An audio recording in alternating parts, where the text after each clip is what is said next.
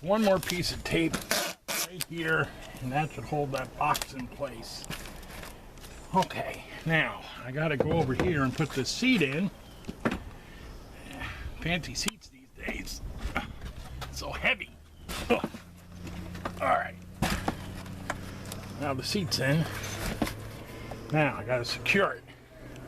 These bungee cords should work. Let's see, I'll secure one back here.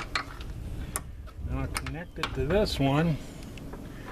And I'll go like this. I hope it reaches there, like that. I'll bring it back here. There. Now I can put these down. There. All right. Now I'm all set. Okay. Richard. What? What are you doing? I'm putting the baby seat in the car. I want to make sure the baby can see out the windows. On a box with duct tape and bungee cords? Well, why not?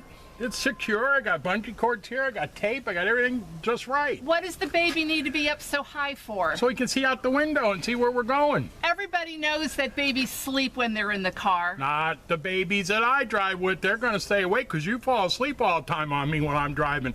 This baby's going to stay awake so I can talk to it.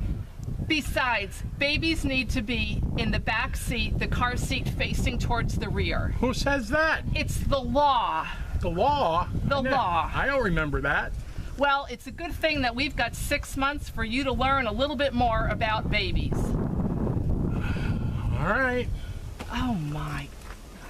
You mean I can't use the bungee cord and the tape? Oh!